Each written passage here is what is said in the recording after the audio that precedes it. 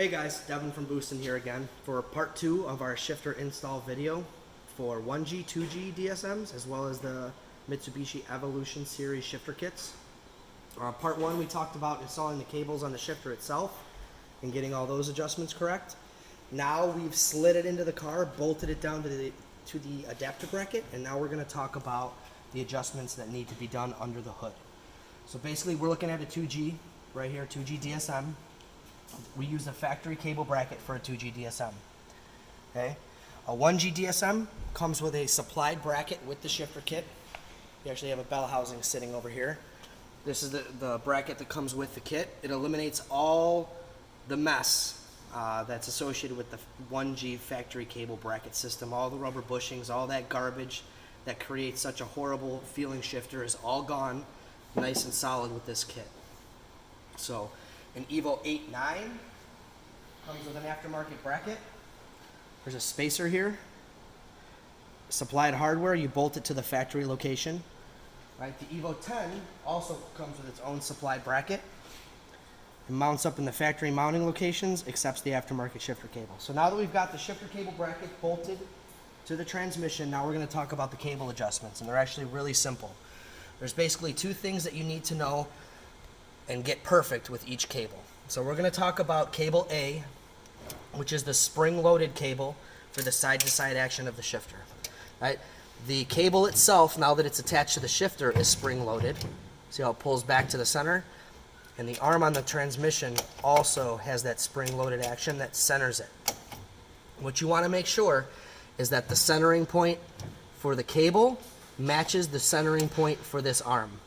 Right? If it doesn't match, what you're going to do is you're going to adjust both where this heim sits, and you can adjust where the sleeve sits on this bracket. So you can move both around, a combination of each, to get it to sit right in the center. Okay, so basically if you put the cable on, nothing has to move, it slides right on. The only other thing that you need to know with this side-to-side cable is that you want to make sure it outthrows the transmission. So when the transmission is fully forward, that outthrows the transmission. You can see it goes a little bit further than the arm. Same thing in the opposite direction.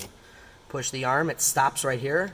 The transmission actually, or the shifter I should say, and the cable outthrows the transmission. So you never want the cable itself to restrict the arm on the trans from moving fully into position. All right, so now that we know that the cable moves further than the trans in both directions and the center is matched up, we're done with that cable. I like to put a little washer on here before my clip. But that's basically it, right? We've got the side-to-side cable. Now that's going to apply to, even though you have an Evo 8.9, it's the same way. You find the spring-loaded cable, you find the spring-loaded arm, you make a match, and you make sure that the arm overextends the trans in both directions, right? Same thing with the Evo 10. Spring-loaded cable, spring-loaded arm, same two principles. If you do those two principles with the side-to-side cable, it's impossible to get it wrong, okay? So that's the side-to-side one. Now we're going to worry about the cable that shifts gears, right? Now, the 1G actually has an extra component for this arm. If we can go back over to the bell housing, right? The reason 1G DSMs shift like a semi-truck is because this distance is so large, right, from the pivot point of the arm. So you have to shift real big to get it into gear. What we do to fix that is we change the mounting point for the shifter cable. Right? The factory dimension is about 3.2 inches. What we do is we change it, and you want to drill a new hole center to center at 2.5 inches. So you want to find the center of this, right? 2.5 inches away, you drill a hole, and we have a new pin that is supplied with the kit. Okay, this pin goes in from the bottom.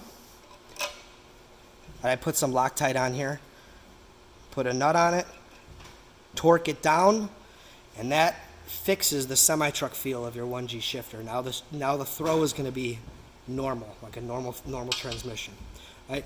If you want to, you can cut this off so it looks real sleek. If you got a race car or something, I'd probably cut that off. If it's a street car, you don't really care, maybe leave it. You can always weld it back on later. or just leave it there if it doesn't bother you. But me personally, I'd probably trim it off and paint that arm, make it look real nice. So basically, we're changing the mounting point for that forward to back cable. All right. So now we're going to talk about the cable that actually shifts the car. There's only two things you need to know. All right. First thing you got to do is make sure, same thing as the other cable, it outshifts the car. So basically, this is going to be third gear. The cable actually goes a little bit further than the transmission in third gear. When I shift fourth gear, the cable goes a little bit further than the transmission in fourth gear also. All right, you're going to achieve that by doing an adjustment on this Heim, and you can adjust this, right? Just move them both, play around with it, get it right. There's no right or wrong way to do it. You just basically trial and error, right? You just want to make sure that the cable outthrows the trans in both directions. Once you have that, slip the cable on. The only other thing you got to do with this cable is check the shifter and make sure it's in an upright position. All right, so if we walk over inside the car,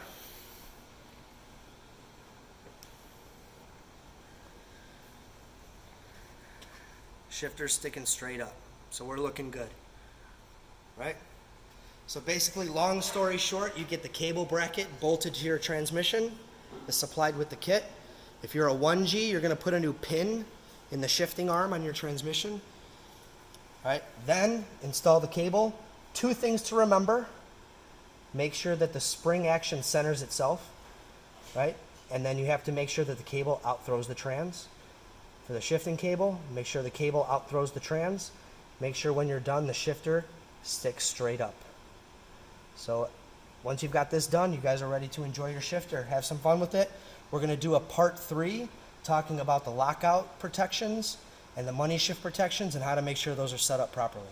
So we'll see you guys for part 3 here in a couple days.